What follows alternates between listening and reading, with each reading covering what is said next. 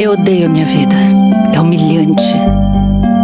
Eu tenho quase 40 anos e dependo dos meus pais pra tudo, por causa do meu tamanho.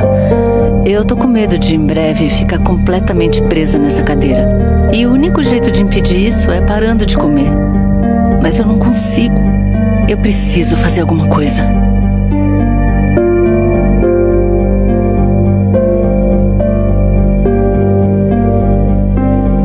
Pesou 318 quilos. Sua situação é extremamente crítica. Está com alguma dor agora? Tô. É que eu tenho uma assadura na perna. Deixa eu ver como está. Está muito feio. Muito infeccionado. E precisamos tratar disso agora antes que piore.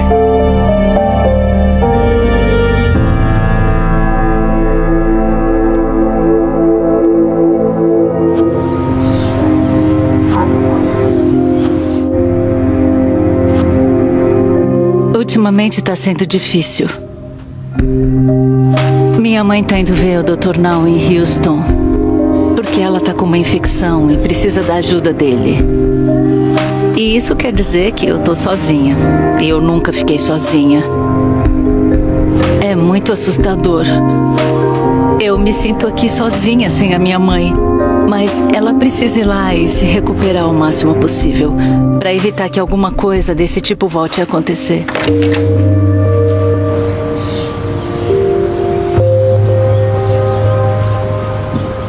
Mas dá muito trabalho. Cuidar da casa, lavar roupa, cuidar dos cachorros, levar o lixo e ficar de olho na caixa do correio. Eu tenho muita dificuldade para andar até a caixa do correio e voltar, mas eu tô bem orgulhosa de mim. Eu só preciso continuar fazendo isso tudo. E eu acho que eu emagreci mais porque quando eu comecei, eu não conseguia fazer nada disso. A única coisa boa no meio disso tudo é poder ver que é de extrema importância eu perder peso. E imaginar o que eu vou conseguir fazer com 45 quilos a menos. Eu decidi que eu preciso voltar a Houston para fazer a cirurgia bariátrica. E eu espero que quando a minha mãe voltar para casa e puder cuidar de tudo, seja daí a minha vez de operar. Sendo sincera, eu acho que eu tô muito melhor sem meu pai aqui. A grande verdade é que ele era um homem doente e uma pessoa ruim.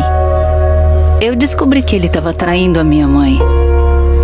Falava com outras mulheres, enquanto a minha mãe estava internada, e usava as nossas economias num site de encontros. Isso faz eu me sentir burra e me deixa com raiva. Faz eu me arrepender de ter dado a chance 10 anos atrás dele fazer parte da minha vida. Mas sem o meu pai aqui, a gente não recebe o cheque dele por invalidez, que ajudava bastante. Mas eu tô feliz que ele tenha morrido. Eu sei que ele me ajudou a ficar desse jeito. E eu acho que sem ele e a minha mãe ficando com saúde e eu com saúde, eu acho que finalmente a gente vai ter a chance de um recomeço.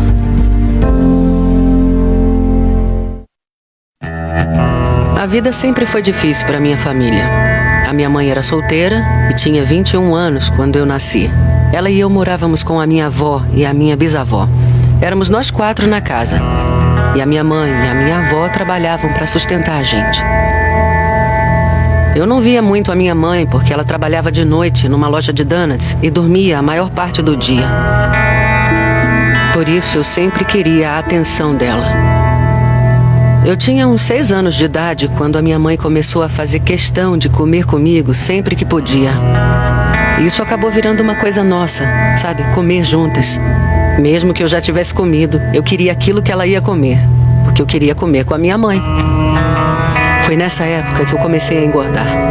Com 7 anos de idade, eu pesava 36 quilos. E quando fiquei mais velha, a comida virou a coisa mais importante para mim, por causa de algumas coisas que aconteceram comigo. Quando eu estava com 8 anos, a minha mãe começou a namorar uma pessoa. Um ano depois, quando eu tinha 9, ela se casou. E a gente se mudou para outra casa com o meu padrasto e os filhos dele. Foi uma situação bem diferente pra gente, mas uma coisa pior aconteceu, porque eu fui molestada por um familiar. E o terror de sofrer um abuso foi pior do que eu podia aguentar. Foi uma das épocas mais difíceis da minha vida. E durante esse tempo, eu comia sem parar. Tudo que eu encontrava para comer e tudo que eu conseguisse ingerir, eu comia. Foi aí que meu peso aumentou demais. E com 12 anos, eu já estava pesando 90 quilos. O refúgio na comida era a única opção que eu tinha para lidar com aquilo tudo. Porque eu contei para minha mãe e para minha avó, mas ninguém mais sabia. Parecia que a minha mãe queria que eu escondesse o que tinha acontecido. Depois disso, eu não me sentia mais segura na minha própria casa, que eu achava que nada ia ser feito para aquilo parar. Eu me senti tão traída pela minha mãe, e ela era uma pessoa que estava sempre lá. Quando eu estava com 13 anos, eu fui morar com a minha avó. O meu único conforto durante toda aquela situação era comer para esquecer da dor. Depois disso, o meu peso disparou. E quando eu comecei o ensino médio, com 14 anos, eu já pesava 140 quilos.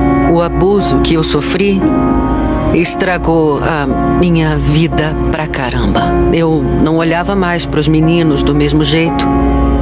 E no ensino médio, isso virou um problema. Eu não tive nenhum namorado de verdade, porque os garotos só me queriam para uma coisa. Eu fui muito usada pro sexo. A comida tinha se tornado a minha melhor amiga. E por todo o ensino médio eu só comia. Eu nunca parei, nem tentei controlar a minha alimentação. E quando eu me formei, eu estava com 190 quilos.